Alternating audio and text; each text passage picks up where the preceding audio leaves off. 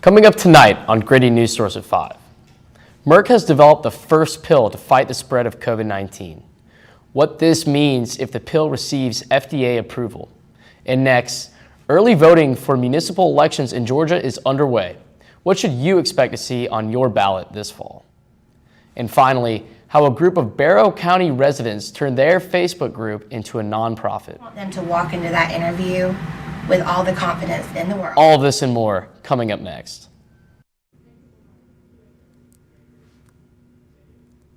Good evening. I'm Ballard Akaway. Welcome to Grady Newsource. Merck and Ridgeback announced this morning that they have applied for emergency use authorization for antiviral COVID-19 drug. Grady Newsource reporter Nikki Schatz joins us live from the studio to explain what this means for us. Hi, Nikki. Hi, Ballard. Yes, this morning, Merck and Ridgeback submitted an emergency use authorization to the FDA to use the drug molnupiravir to help treat mild to moderate COVID cases. They've been working on this drug with the Drug Innovation Ventures at Emory for this study. Patients were unvaccinated, had at least one risk factor associated with poor disease outcomes, and symptoms that started within 5 days before the study. So regarding the study, how exactly does this drug work? The Drug Innovation Ventures at Emory says, quote, "The drug targets the viral polymerase, an enzyme needed for the virus to make copies of itself. The oral and antiviral is designed to work by introducing errors into the genetic code of the virus." End of quote. This means in mild to moderate cases, the drug would help fight against the virus and relieve symptoms. The study randomized patients that would receive the drug versus the placebo and assessed the percentage of participants who were hospitalized and or died from the time of randomization through day 29. So after randomization in this study, did they find that the drug is safe? Well, that's what the FDA will evaluate. According to Merck's study, the drug reduced the risk of hospitalization or death by approximately 50%. 7.3% of patients who received the drug were either hospitalized or died through day 29, compared to 14.1% of placebo-treated patients. Right now, Merck is also in phase 3 of evaluating the efficacy and safety of molnupiravir in preventing the spread of COVID-19 within households.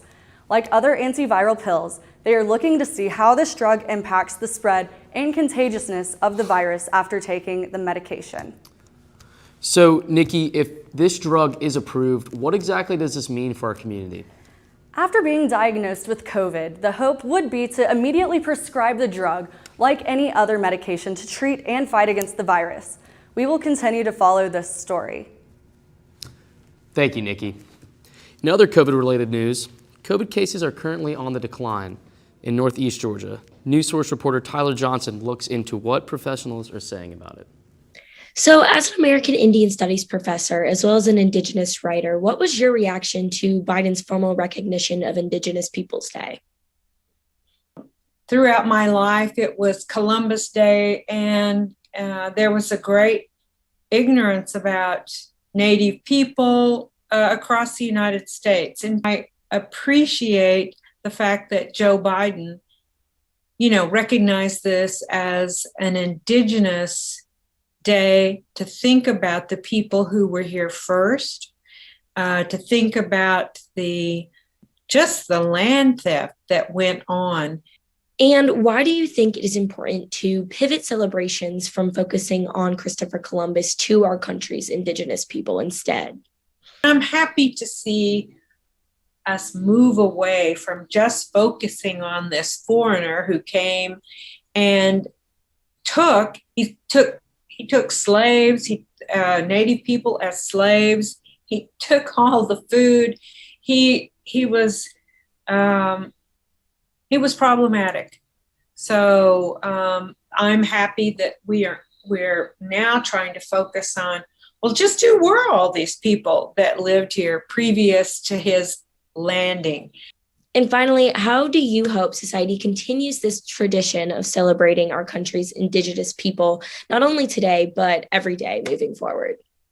I would like to encourage people to really channel and look into the history of Native people on this land.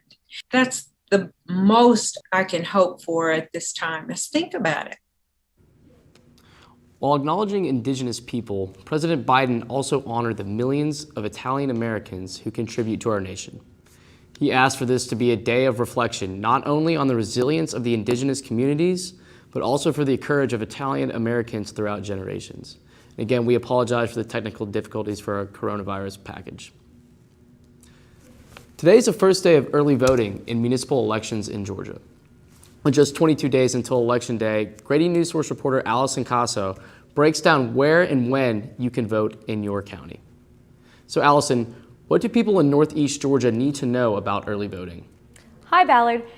Early voters need to know that they need to bring a valid photo ID, such as a driver's license or passport, or a voter ID card to their polling location. Voters can obtain a free voter ID card at their county registrar's office or their local Georgia Department of Driver Services.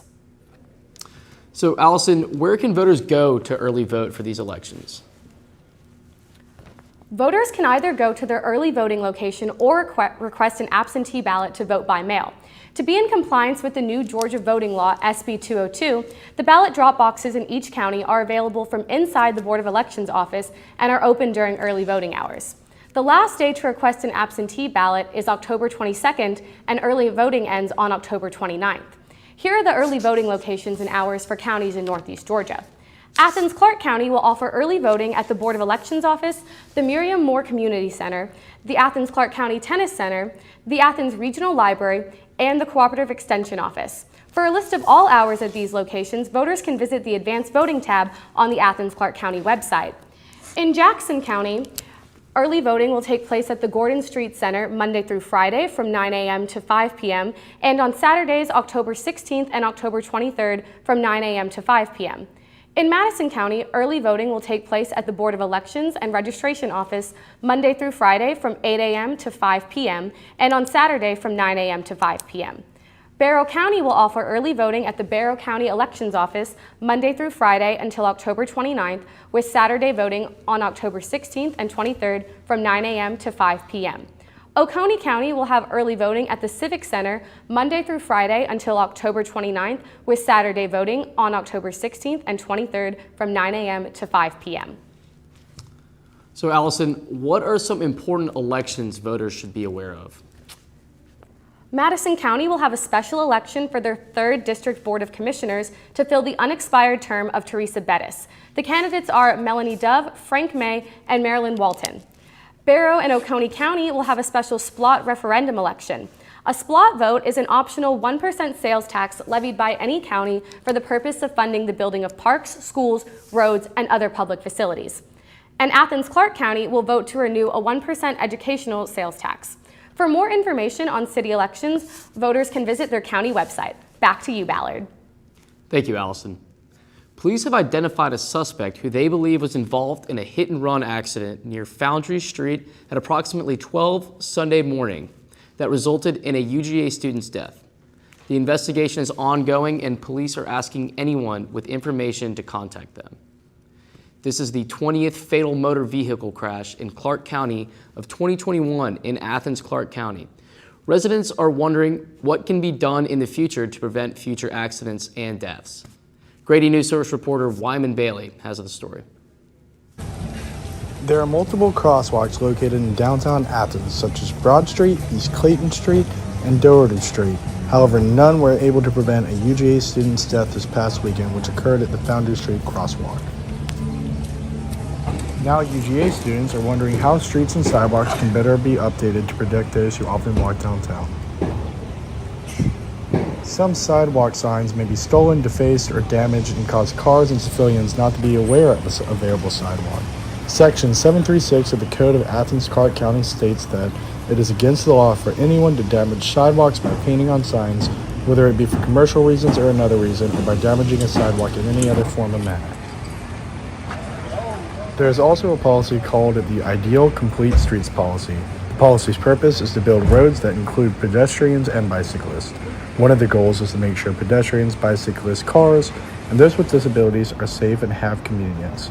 The initiative also plans to create a multimodal network by providing bicycle and walking conditions. All the policies and initiatives in place are ongoing and hope to ensure civilian safety. Wyman Bailey, Grady Newsource. The Watkinsville Police Department participated in a national movement aimed at building connections with the community. Grady Newsource reporter Kayla Robertson tells us how officers and churches are making those connections. Coffee, cops, and conversations. Officers with the Watkinsville Police Department met with community pastors this morning at a local coffee shop as they wrapped up their participation in National Faith in Blue Weekend. And I think trying to get us together for good, both to support our law enforcement and to continue to have conversations to make them better, is really important. Faith in Blue Weekend is a national initiative that was created to facilitate conversations and to build connections between law enforcement and the communities that they serve. Faith in Blue is all about building bridges, bringing the community together with the police departments and the churches. National controversy surrounding law enforcement has been at the forefront of news coverage as the country grapples with the effects of the death of George Floyd and calls for police reform. Officer Torrance says that Watkinsville is a little different. A lot of the issues that's going on in the world, we just do not have here in this community. Just because it is such a tight-knit community, we have a great relationship with our community as a police department. Despite the support of law enforcement, Pastor Whitener from Watkinsville First United Methodist Church says that having difficult conversations about these issues is what will ultimately bring the community together. And so when we navigate conversation, we try to do it at coffee. We try to do it across the table, because if we don't have conversations with people who disagree with us, we're never going to be able to come together because we aren't going to know the other side. Whitener says that the events hosted this weekend opened a space for members of the community to have these conversations and to get to know the faces behind the badges. But what is amazing is it has given opportunity for dialogue. And so we can see the police as people and not just enforcers. We can see the police as here to help and to help us grow more than just figures behind a badge. Officer Torrance says that this is just the beginning of a continued effort to connect with the community here in Watkinsville. And Pastor Emily Whiten says that she is excited to continue to mediate conversations between law enforcement and members of the community. This has been Kayla Robertson with Grady Newsource. After the break, how local residents are dealing with the Postal Service slowdown.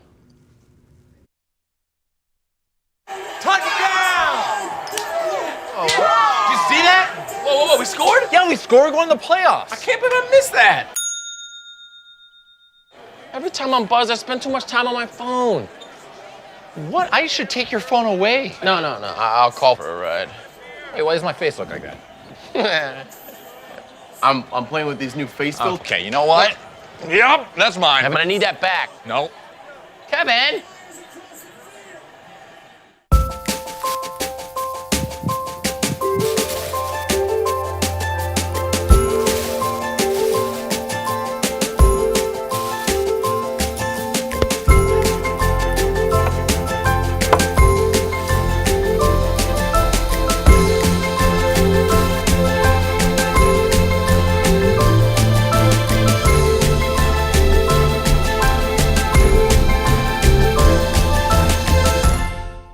Part-time job, full-time hustle, all-time Shiro to all of us. You nurture, we listen. You teach, we thrive. You lift our spirits, but we've got to lay down the truth. It's time for you, our Shiro, to stretch for the stars. A free online chat can give you the personalized tips you need to start boosting your retirement savings today. Start saving more for retirement so you can feel prepared and live your life to the fullest. Visit aceyourretirement.org. Every day, millions of people are connecting. And even though we're overcoming obstacles, watching each other's backs, and banding together, we should still make an effort. We should still make an effort to get to know each other on a deeper level. Father, cosplayer, mentor, actor. It's time we take a step forward. It's time we take a step forward. Come together and discover how accepting our differences can make us stronger.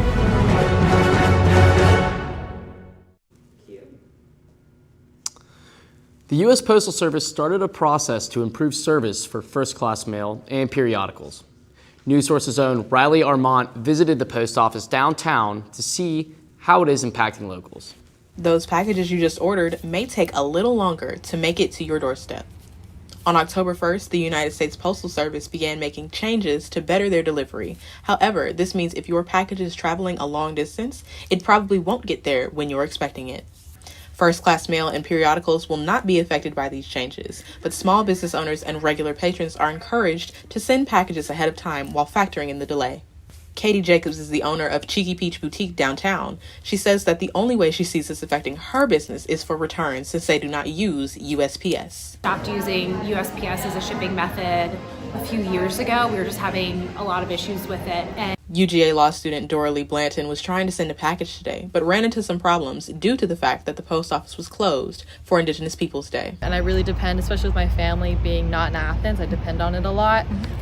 So it would be a big inconvenience if, especially now it's like, I like everything instantaneous. Right. And so if that happens, it's gonna be a big bummer. Blanton says she's curious to see how the revamp will improve the postal delivery system. The delay is expected to affect packages by 1 to 2 days. This has been Riley Armont with Grady Newsource.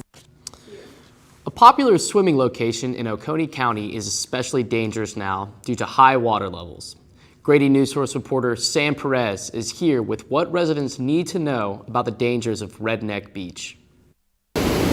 Oconee County got lots of rain last week, which means that Redneck Beach is more dangerous than ever. Over the years, Barber Creek has become a popular spot for visitors to beat the heat and enjoy nature in Watkinsville. The location has earned the name Redneck Beach and has cool water, a sandy beach, and a man-made waterfall.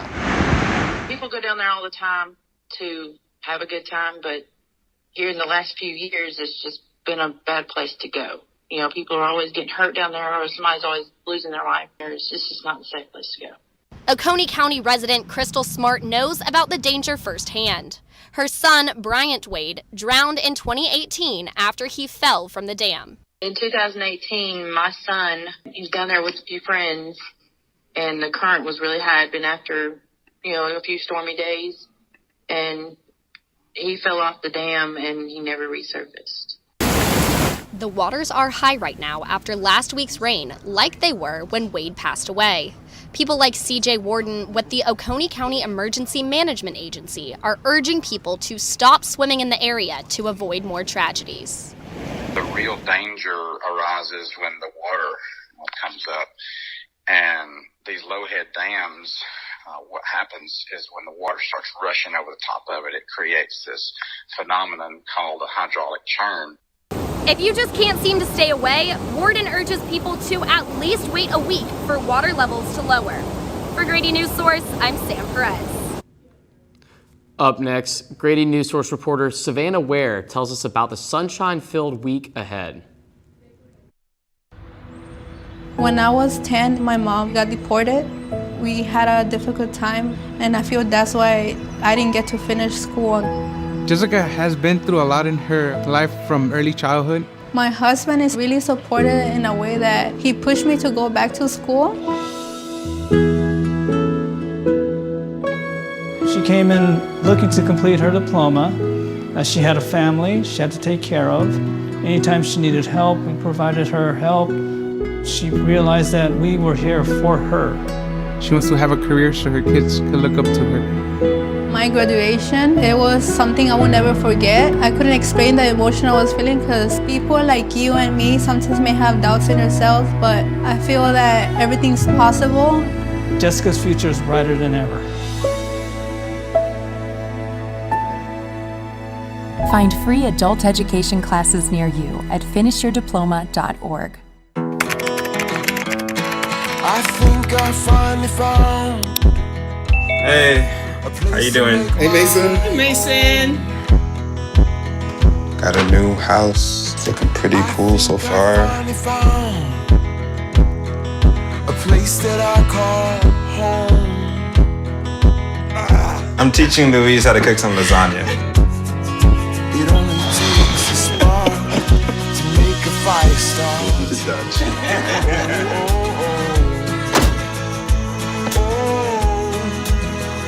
Thank you. Study, please.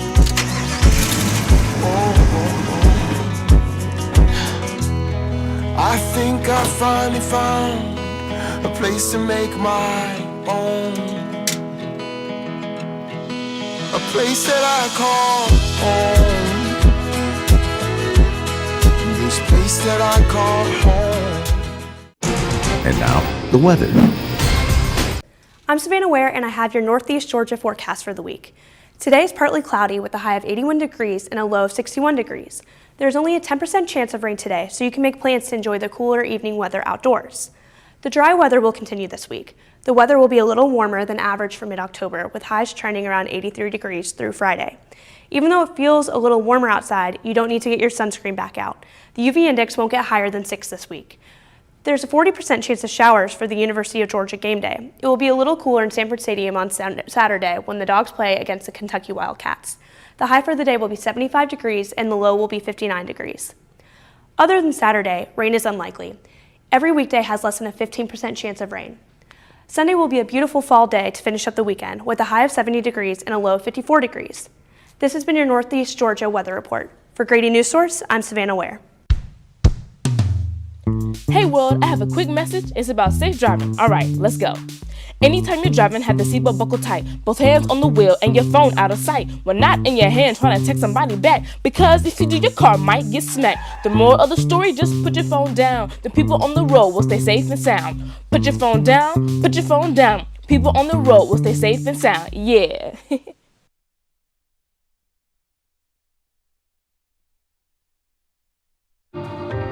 You're home before sunrise, on top of the house, the kids, and our future. The smell of your cooking is our alarm clock. My Shiro's day is never done. So let's start saving a little more now so we can feel prepared for retirement. A free 3-minute online chat can give us the personalized tips we need so we can live our lives to the fullest. Visit aceyourretirement.org. Yo, Scott. Hey. I'm heading out, man. You want to ride? No, I got my car, but I actually really need to go to the bathroom. Oh, you know what? I was just in there. The line is like 10 people long. You know, I think I'll just...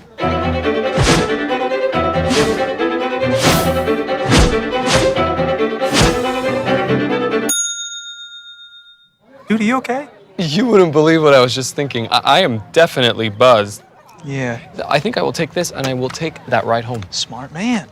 Did you see how that dog was looking at me? Every day, Millions of people are connecting and even though we're overcoming obstacles, watching each other's backs, and banding together. we should still make an effort. We should still make an effort to get to know each other, On a deeper level. Father, cosplayer, Mentor. Actor. it's time we take a step forward it's time we take a step forward Come together and discover how accepting our differences can make us stronger.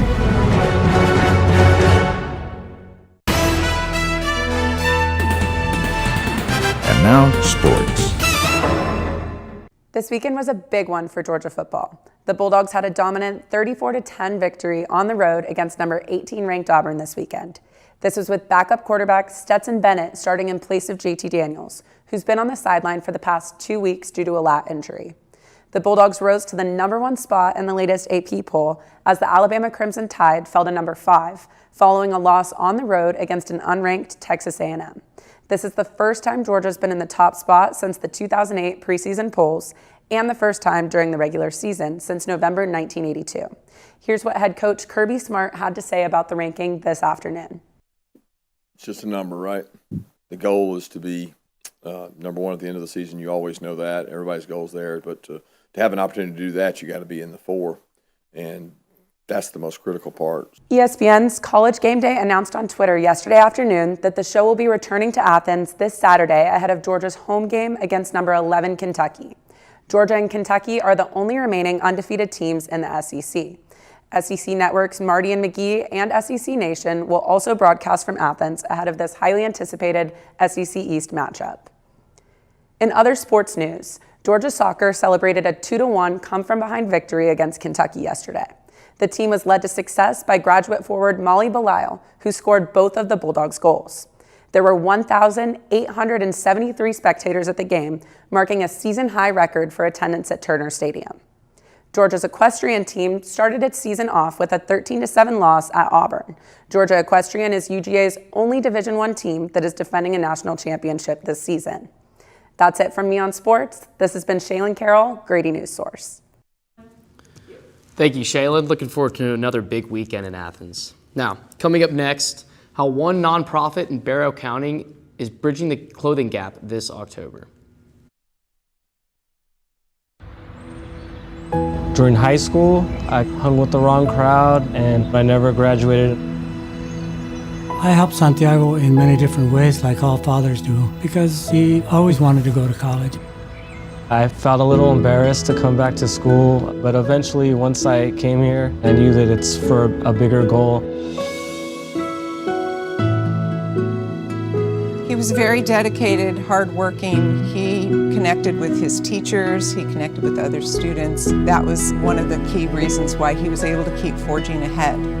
It was amazing to see him graduate. This was one thing that meant so much to him, and of course, it meant so much to us too. With the help of my father and having my son, that was all the motivation that I needed. That support is everything. Find free adult education classes near you at finishyourdiploma.org. Last week, Brandon met a girl on a dating app. One day after work, he finally found the courage to ask her out. No answer. He started to panic. Was he being too pushy? Maybe it was too Sorry I didn't respond. I was driving. I would love to go on a date. How does tonight sound? Brandon tried to play it cool, but inside he knew. A girl so smart, so responsible. She must be a keeper.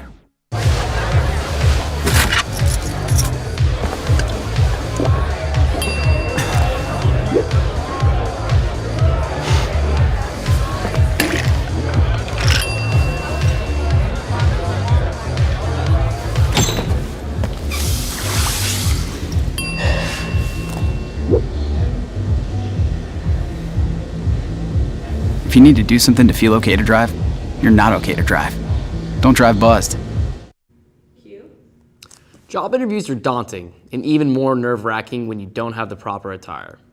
Grady Newsource reporter Allison Casso shows us how one nonprofit organization is bridging the gap for business clothes this October.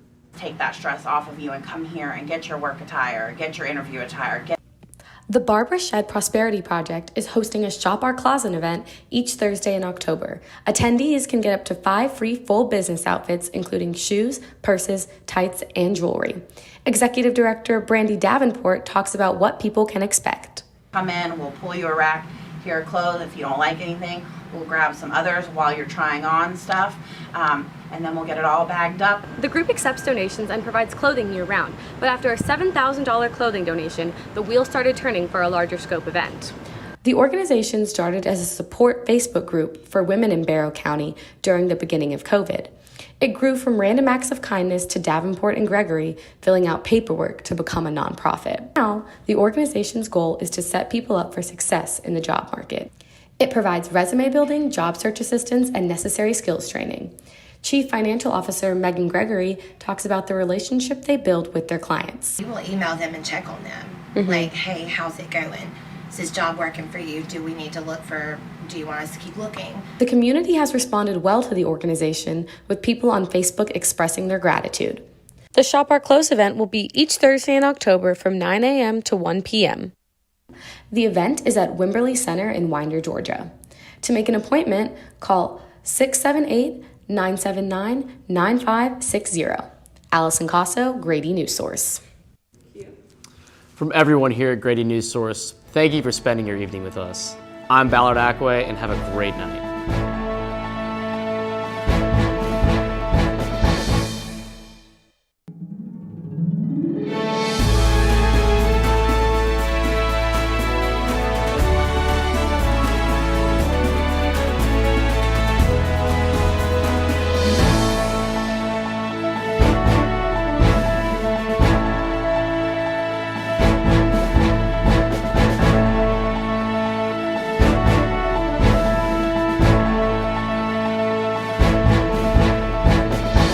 Grady Newsource is a student production of the Grady College of Journalism and Mass Communication at the University of Georgia, which is solely responsible for its contents. Views expressed do not represent those of the administration nor the Board of Regents at the University System of Georgia. Julie was always a voracious reader. she'd carry 2 novels on an airplane because she'd read one on a 3-4 hour ride. And at some point, I began to notice that she would read a page and couldn't remember what she had just read, and she'd have to go back and read it again. I don't remember much these days after I read, but less does for me, and I love it. Did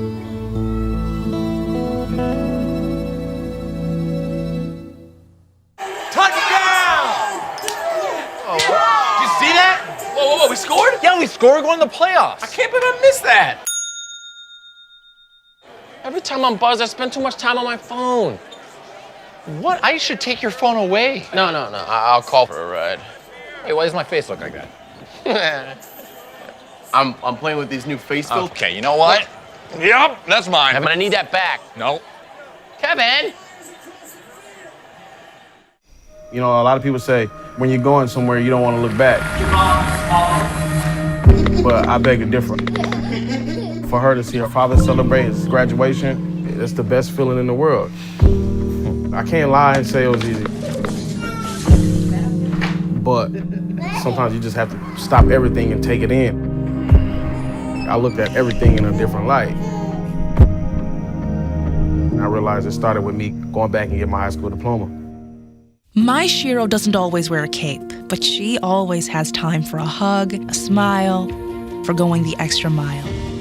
My Shiro stretches every dollar, puts in long hours, puts others first. But now it's your time, Mom.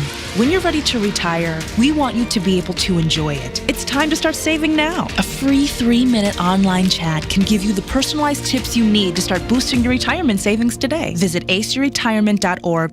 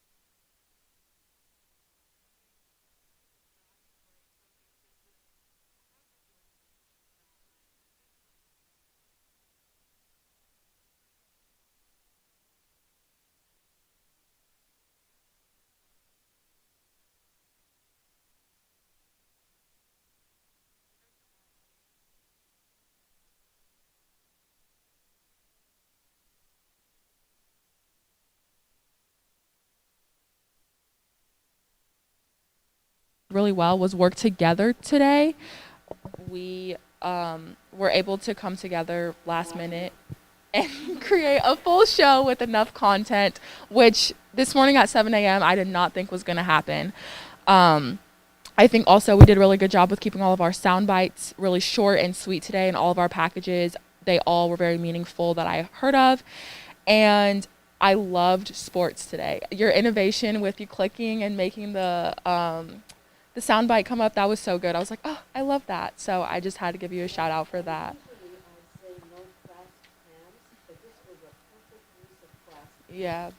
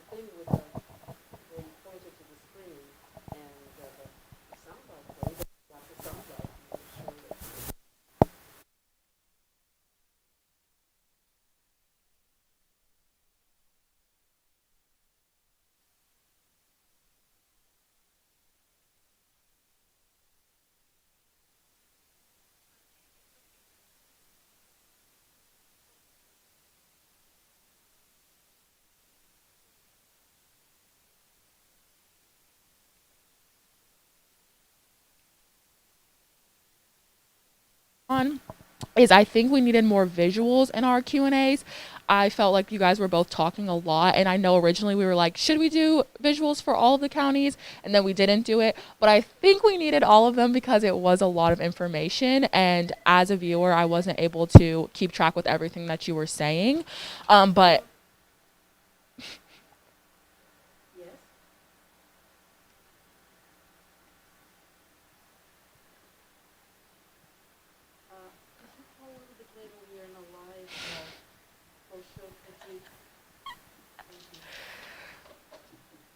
and then I think we still need to work on our B-roll a little bit and make sure that we're using tripods and everything. I know a lot of people were doing quick turn stories today, so they probably did the best they could in putting things out there as fast as they could. But that's just something I think to improve on. And then overall, I think just being more prepared. This morning, a lot of people didn't have like full story ideas or even have one source for their stories yet, which was very hard for me as a producer to know what I was coming into today. And I completely understand, like, I know I'm busy too, and we all have lives outside of this, so sometimes it's hard to have a story, but just try to imagine yourself in this position and not knowing what's going to come for the day.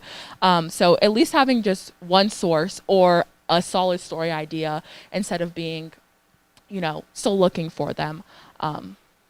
But yeah, other than that, it went really well. And thank you everyone for producing content for me and making it a full show.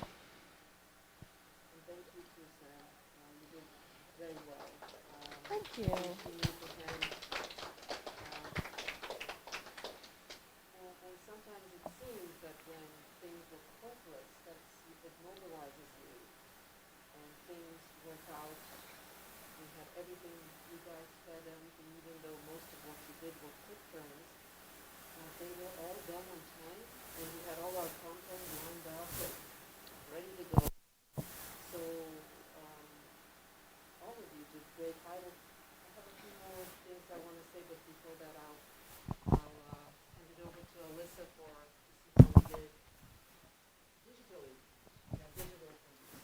So I will kind of echo what Sam said as far as digital products going out in like our videos.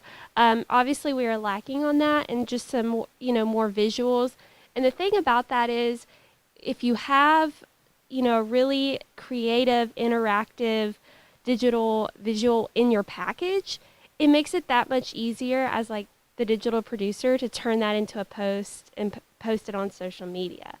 So since we didn't have that, you know, it made it a little bit more challenging to be able to post something like that. And I know today it's because a lot of people that I originally reached out to, their story got changed throughout the day.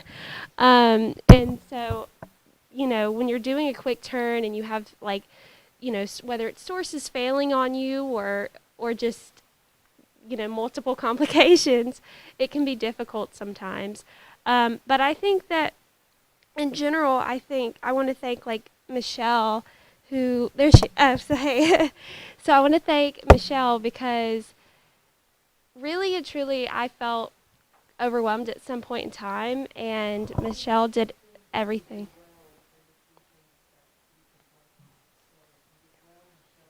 Yes, Michelle helped me with a story, as well as Michaela. Michaela helped me, but in general, the three things that we did well were doing as quickly as possible, like responding back to me. Everybody responded back to me really quickly, despite, being out in the middle of, the chaos today. So I really appreciate that. Everybody tried their best to give me any feedback to say, hey, this is what maybe you could do. That I really appreciate, because you know the story better than me when I'm reaching out to you to see if I can't produce some sort of post. So I take that kind of advice very seriously. That was something that I really valued, that everybody did really well. And trying to think of a third thing. Those were the two main things. Sorry. Mm-hmm.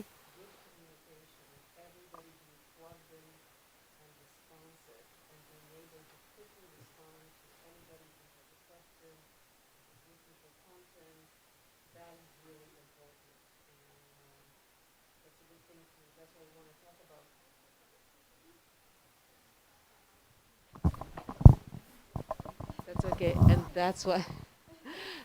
So what you're saying is something very important, Alyssa. Good communication is crucial and vital in the news business because we're doing the latest news. We're working with very limited information, and we're doing the first draft of history when we don't have enough information. And what our job is to find out as much information as we can, as quickly as we can, and make sense of it and put it together objectively and inform the public as best as we can. And tomorrow they will read the papers, they will find out more information, more in-depth reporting will be done on the first draft of history that happened today. Our job is to get things started and to give people the vital information they think they need to hear today. And I think that this is what you achieved today, and you should really congratulate yourselves. Because we did not have the content that we had planned, all of you had to really create something out of nothing. Not exactly out of nothing. You had to run with the news of the day and figure out how you were going to cover it. And all of you delivered. And I would love to hear from the MMJs whose content made it, especially those who created really quick turn content, which is what we should be doing in a newsroom. As I told you, we have those 2 source packages because I want you to learn how to do those, how to plan, and they will find their airtime. But the most important thing is when you wake up to start reading, listening, watching, and come up with the latest news and start working on that. And then we have the other stuff to fall back on. So I would like to hand over the mic to Nikki, I think the first mic belongs to you. Thank you. You really did great work today. Thank you. So I think one thing that went well, a little bit better than my last Q&A, instead of just pulling up a website and having it there, actually having visuals. Like you were saying, next time I think it would be good to more visuals. And then once again, I noticed I tried to stay consistent with the Grady Newsource font, but for the quote that I added, I think it would have been a good idea to make it a little more bold just for better readability. Yes. Yes. I guess conversation-wise, I do think I need to improve on making it a little bit more conversational when writing the scripts, tossing back and forth. So I would like to improve on that. And I think I did well with, I'd say, collecting data on such short notice and just really having to read through all of the reports.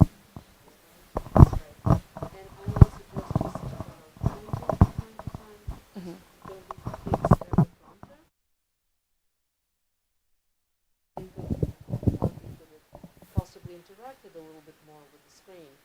I know it's tough because you were talking about a lot of data and things you didn't want to get wrong, but it's also very smart.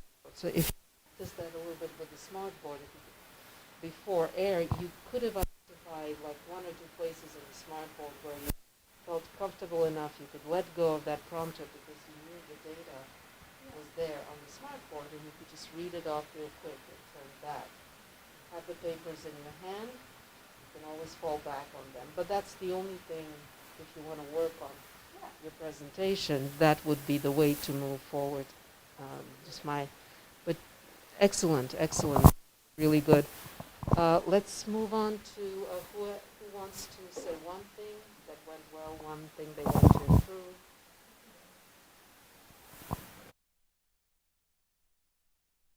improve. I think what went well was, like Nikki said, like collecting data on short notice, and I think me and Megan worked really well together and like getting all the visuals together. So I think that we did really well. And then one thing I can improve on is just like presentation overall, and for my package, like B-roll still, and just like making sure it all like flows correctly. Yeah, because you also, I thought that you made a major stride forward with your package. You had done some interesting creative shots, B-roll with close-ups,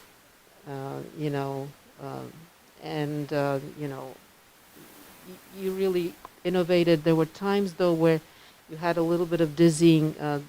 The camera was moving too fast, but you will get that. Just move the camera with the way you feel comfortable.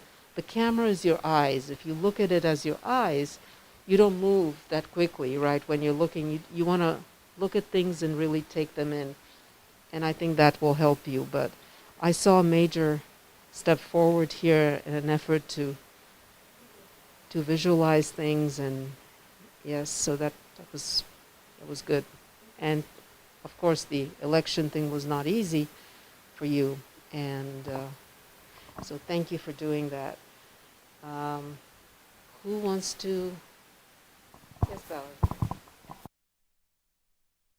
So I think it went really well. Thank you to Sam. I know it was a tough day, and you really had to float a lot of stuff, and I think you pulled together an incredible show. And thank you to Nikki and Allison. Y'all did great with the live shots, and everyone's packages. I didn't really hear them, but they all look great. I guess like to improve, I guess for myself is to be more confident in the scripts and read them over a few more times before I go on air. But also on like the non-live segment of being an anchor, definitely budgeting time. And then I think one thing that I thought would have been more important or would have been more helpful is when I'm doing the pre-tease to have like more of a kind of the pre-tease in my mind and have the B-roll ready and have an idea of the pre-tease that I want to make before I go and just read off the script. I think that would have made for a better pre-tease, and I could have paused a little bit, allowed for better transitions, allowed for more time for better B-roll. I think that's definitely one area I could have improved on. But yeah, probably just budgeting time before getting ready to go on air.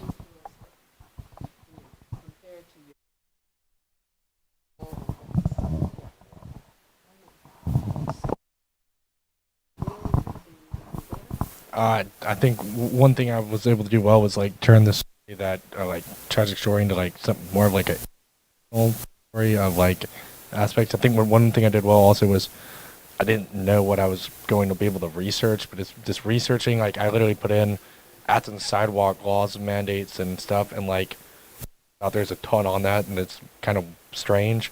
So I think I researched well, and I think one thing I could just do better is to kind of just continue the visualize my story ahead as like I need to like visualize it and put it together before I piece it together like on the laptop, like with all my B-roll.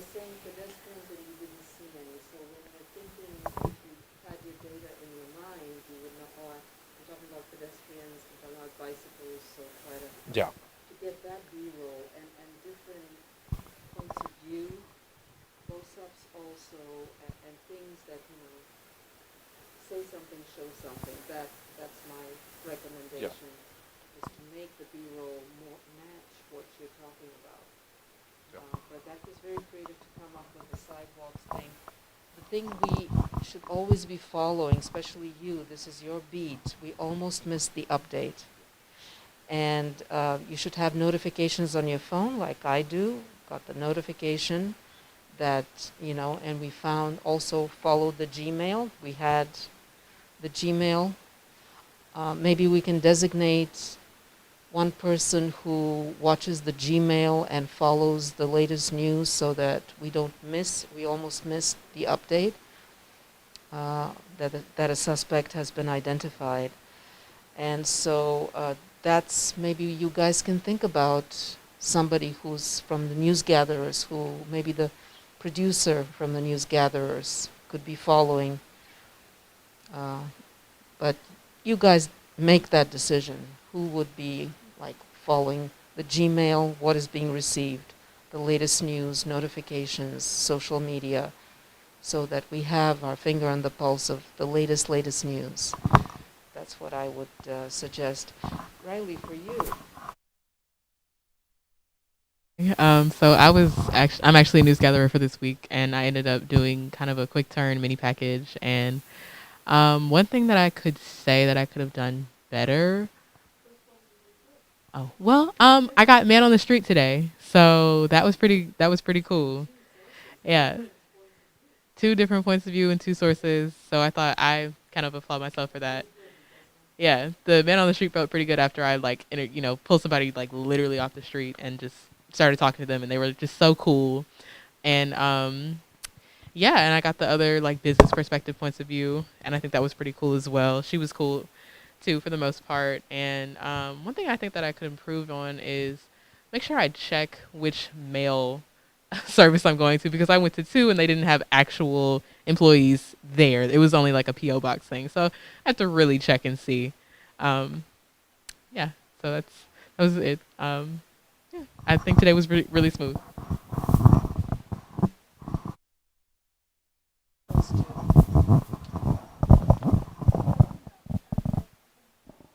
MMJ, let's hear from MMJs. You did well as, you were interacting with the screen. We love the new hair. Yes, from time to time you can also look, not always, not every time, when you gesture to the screen, because it becomes robotic, right? But from time to time you can also glance, the same advice that I gave Nikki. But watch yourself and see whether there were moments when you could have pointed to a specific temperature or something that was really interesting about the weather. But it was good. One thing that's really important, I told you all the things you did well. I'm so proud and happy about everything, proud of you guys. But the thing is that you need to follow the news, the latest news. You need to have notifications. Because you see how you were able to put things together, but you weren't able to exactly come up with a lot of stories that were happening today, like Columbus Day, like the Merck thing I pushed, and Nikki found that.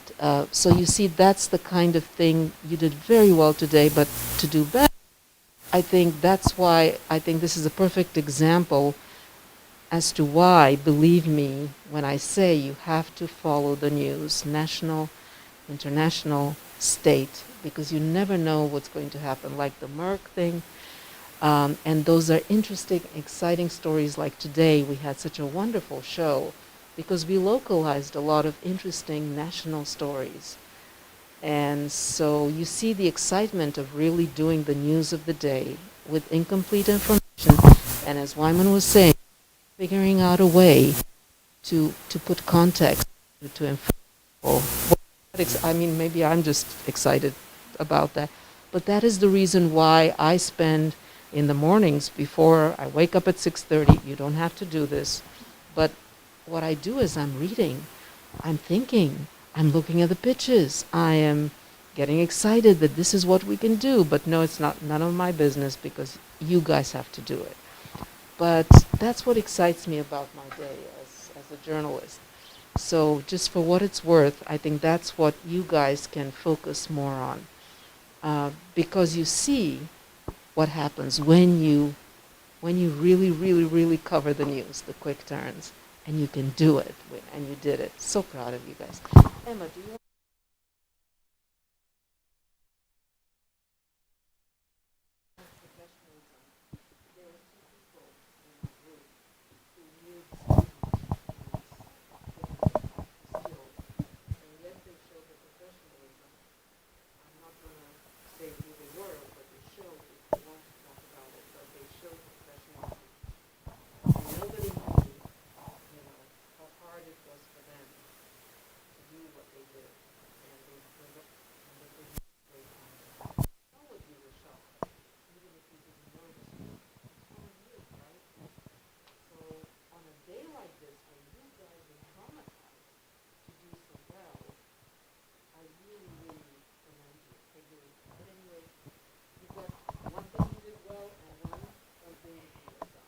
Um, One thing I could work on is always just remembering to get both sides.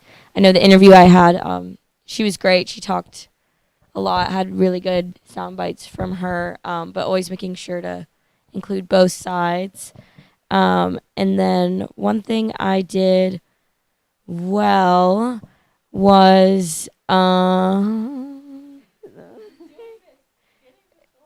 yeah, the quick turn of it. That was definitely the quickest. Yeah, that too. She got back to me really quick.